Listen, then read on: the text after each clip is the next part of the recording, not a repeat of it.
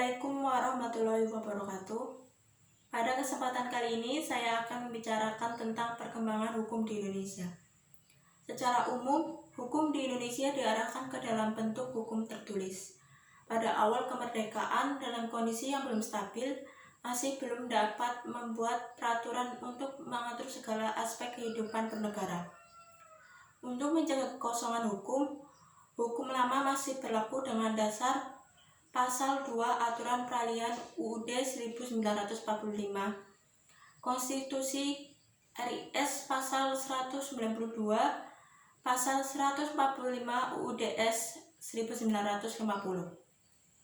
Sepanjang tahun 1945 sampai 1959, Indonesia menjalankan demokrasi liberal, yaitu sistem politik yang melindungi secara konstitusional hak individu dari kekuasaan pemerintah.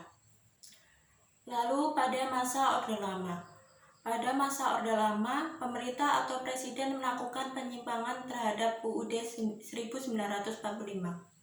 Demokrasi yang berlaku pada saat itu adalah demokrasi terpimpin, yang menyebabkan kepemimpinan yang otoriter. Akibatnya, hukum yang terbentuk merupakan hukum yang konservatif, yang merupakan kebalikan dari hukum responsif, karena memang pendapat pemimpinlah yang termuat dalam produk hukum. Indonesia masih memakai beberapa hukum dari sistem hukum bentukan Belanda. Sebenarnya perlakuan hukum di Belanda hanya agar tidak terjadi kekosongan hukum. Oleh karena itu, pemerintah harus berusaha untuk mewujudkan hukum nasional yang secara perlahan akan menggantikan hukum yang sudah ada.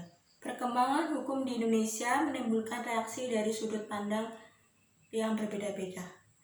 Reaksi dari berbagai faktor, baik dari lembaga hukum itu sendiri maupun dari luar. Terkadang ketidakprofesionalan para penegak hukum itu sendiri yang mencederai wibawa hukum di Indonesia.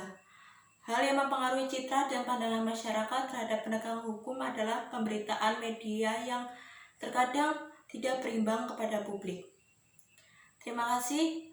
Sekian yang dapat saya sampaikan. Apabila ada kesalahan kata, mohon maaf. Wassalamualaikum warahmatullahi wabarakatuh.